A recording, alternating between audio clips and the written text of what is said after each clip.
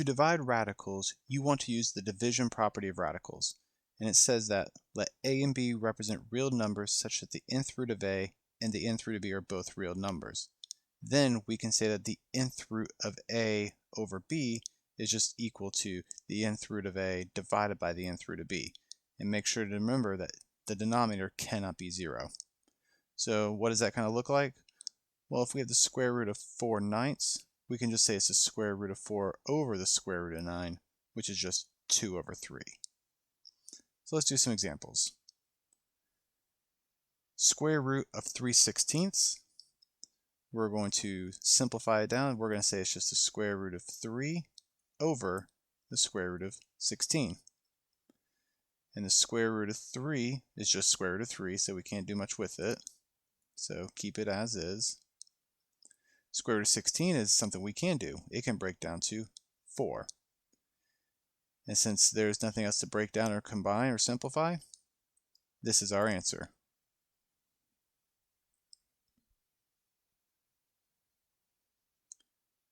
Square root of 7/25. Again, we can separate it to square root of 7 divided by the square root of 25. And square root of 7 cannot simplify, so we can just leave it as root 7. And square root of 25 just breaks down to 5. Again, nothing to simplify, nothing else we can do here. So this is our answer. Those are nice easy ones. How about some ones with letters in it? So first things first is we're going to separate it. So square root of 80, a squared, over the square root of 49, b to the 4th. Now, square root of 80 cannot be done nicely. It's not a perfect square. However, we can say that it is 16 times 5 a squared.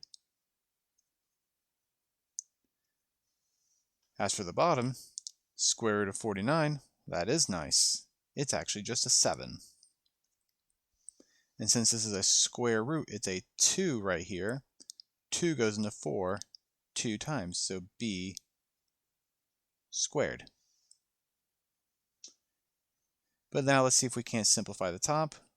Knowing that we have a 16 there, we can. So square root of 16 is just going to be a 4. And again, a 2 here. 2 goes into 2 1 time, so we have an a. But we still got that 5 remaining, so the 5 remains inside the square root, and we keep everything else as is.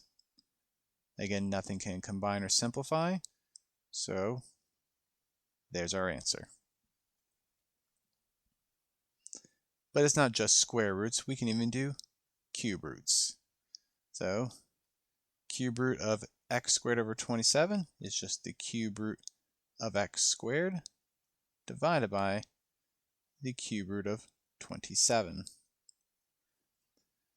3 cannot go into 2 evenly, so it just stays as is. But the cube root of 27 is a nice number. It's a 3. And again, nothing can combine or simplify, so this is our final answer for this expression.